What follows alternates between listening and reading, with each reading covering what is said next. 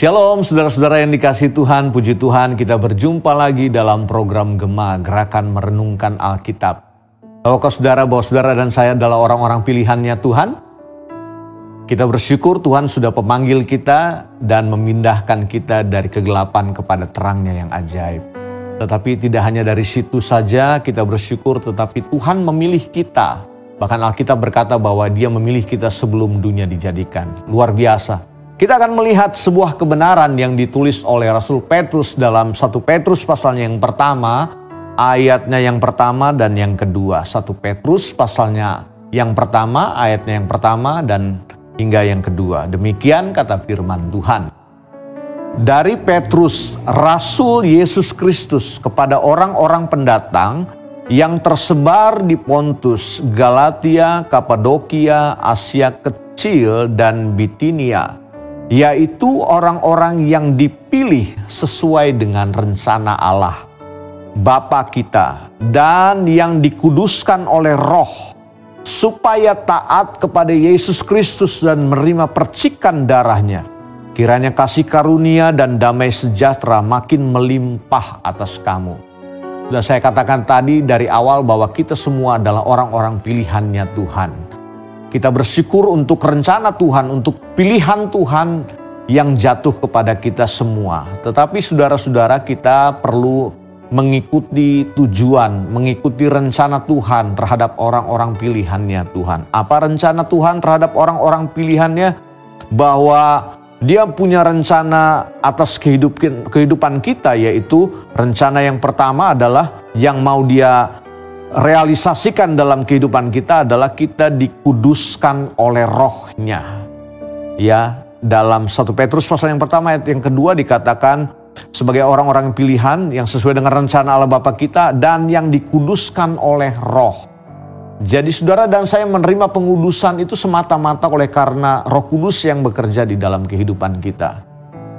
Dalam 1 kali 24 jam saja manusia cenderung untuk salah berpikir, salah bertindak, salah bertutur kata. Tetapi kita bersyukur waktu saudara dipilih menjadi umat pilihannya Tuhan, orang pilihannya Tuhan, Roh Kudus yang ada di dalam diri kita akan mengingatkan kita, akan terus menuntun kepada kebenarannya. Sepanjang saudara dan saya selalu mengikuti dan membaca firman Tuhan itu tiap-tiap hari, maka Roh Kudus akan membimbing kita kepada kebenarannya, yaitu kebenaran firman Allah yang kita renungkan tiap-tiap hari. Makanya perlu untuk supaya saudara dan saya mendengar firman, membacanya berulang-ulang dan kemudian menghidupinya. Itu penting, menjadi satu bagian agar Roh Allah, Roh Kudus yang ada di dalam diri kita menguduskan kita tiap-tiap hari, diperbaharui hati kita, diperbaharui cara berpikir kita, diperbaharui tindakan kita yang salah, yang keliru, yang di luar jalur. Itu perlu proses tiap-tiap hari. Pengudusan itu perlu proses tiap-tiap hari. Saya katakan tadi bahwa 1 kali 24 jam manusia bisa cenderung jatuh dalam dosa. Tetapi sepanjang Roh Allah, Roh Kudus itu ada di dalam hidup saudara, Dia akan terus bekerja untuk mengingatkan kita kembali kepada kebenarannya. Dan yang kedua, sebagai seorang pilihan Tuhan, kita dibawa untuk kepada satu kebenaran yang tidak kalah penting, yaitu ayat itu berkata lanjutannya, yaitu supaya taat kepada Yesus Kristus dan menerima percikan darahnya. Ini poin penting saudara. Setelah kita diberikan identitas yang baru sebagai anak-anak Tuhan, sebagai umat pilihan Tuhan, kita dibawa lagi kepada rancangannya yaitu supaya saudara dan saya taat kepada Yesus Kristus. Taat kepada Yesus Kristus artinya apa? Taat kepada firman-Nya, taat kepada pribadinya, menghormati Tuhan di segala kondisi, di segala keadaan, di setiap waktu, di mana saja. Dalam gerak hidup saudara menjadi orang-orang yang taat. Itu diaplikasikan dalam hubungan suami dan istri, diaplikasikan dalam hubungan anak dan orang tua, diaplikasikan seperti saudara taat kepada Tuhan Yesus Kristus, saudara juga harus taat kepada para pemimpin yang ada di dalam gereja lokal saudara. Saudara juga harus taat kepada bos yang ada di dalam perusahaan saudara. Saudara juga harus taat kepada orang-orang yang lebih tua yang ada dalam lingkungan kita. Entah itu mertua, entah itu papa dan mama yang masih ada. Taat. Jadi taat kita kepada Yesus Kristus itu harus paralel dengan apa yang saya sebutkan tadi. Kita nggak bisa berkata bahwa yang penting saya taat sama Tuhan, masalah urusan papa mama masa bodoh. Nggak bisa begitu. Saya harus taat sama Tuhan, masalah urusan gereja biar gembala aja yang urus. Nggak begitu. Waktu kita taat sama Tuhan kita Yesus Kristus, maka kita juga harus taat kepada apa yang saya sebutkan tadi.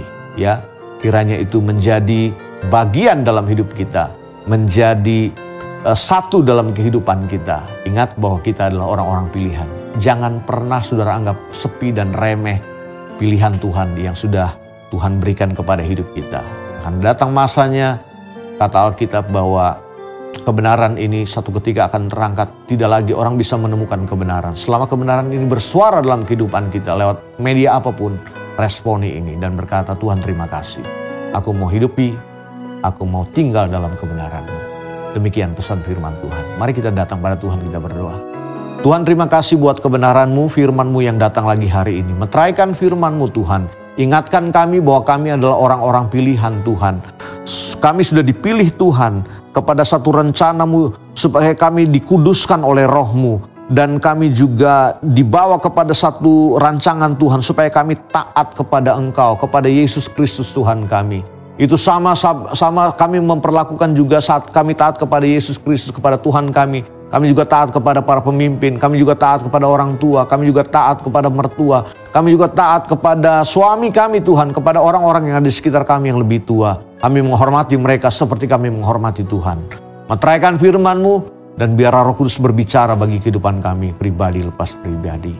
Terpujilah nama-Mu Tuhan dalam nama Yesus, haleluya, amin. Selamat beraktivitas, Tuhan berkati kita semua.